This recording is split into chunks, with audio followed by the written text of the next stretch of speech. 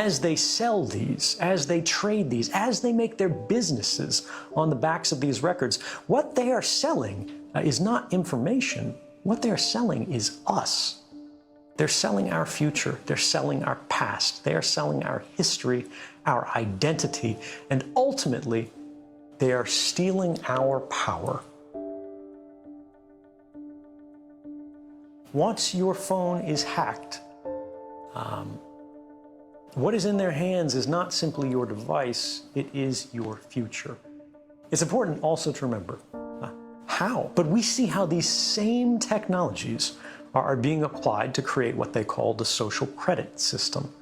Everywhere she goes, Oh Young Hao-Yu is followed. What she buys, how she behaves, is tracked and scored to show how responsible and trustworthy she is.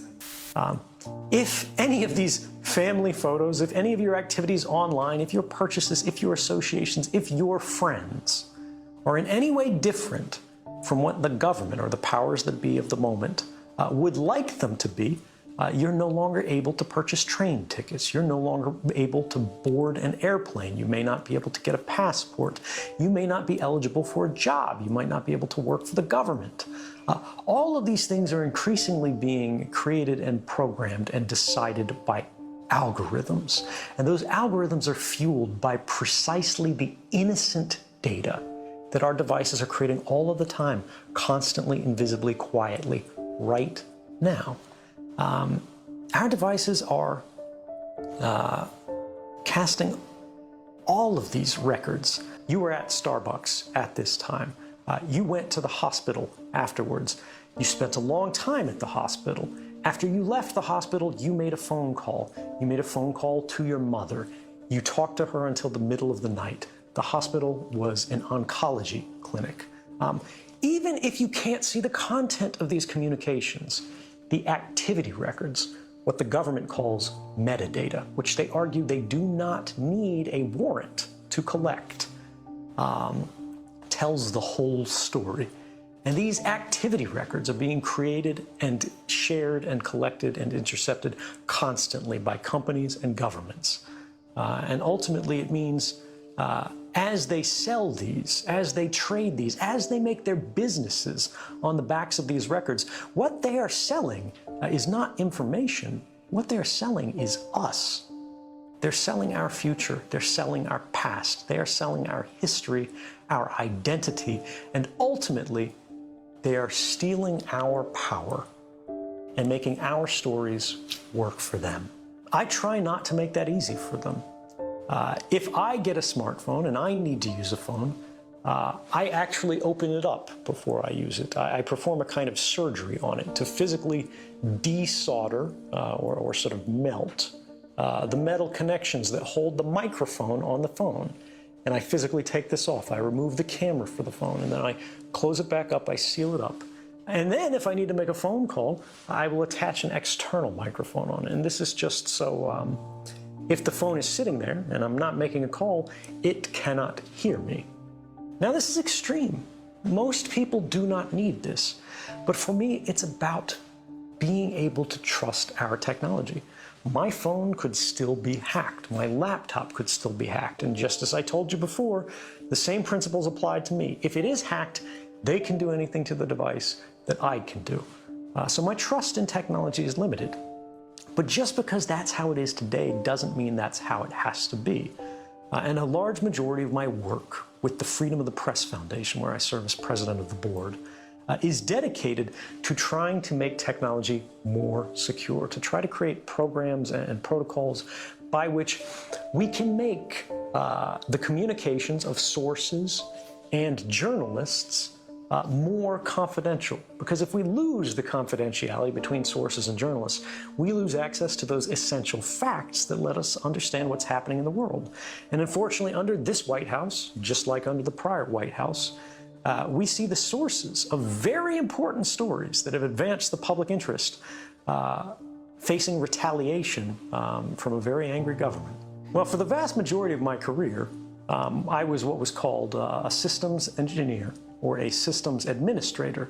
An administrator sort of maintains and expands a system that they have inherited And a systems engineer sort of develops new projects, new capabilities for these systems roles. What this means in short was that all of the systems at the NSA and the CIA that I was put in charge of, I had total access to.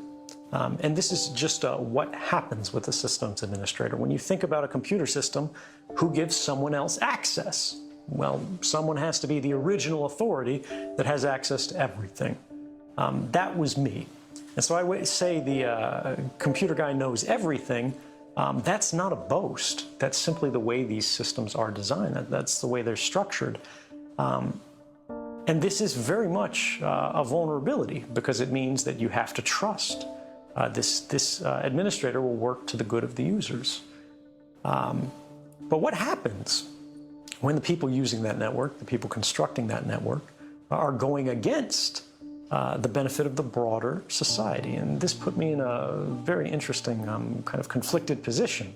I could do what the NSA wanted me to do, or I could do what the Constitution of the United States, the public of the United States, needed me to do, which was report that my agency had broken the law.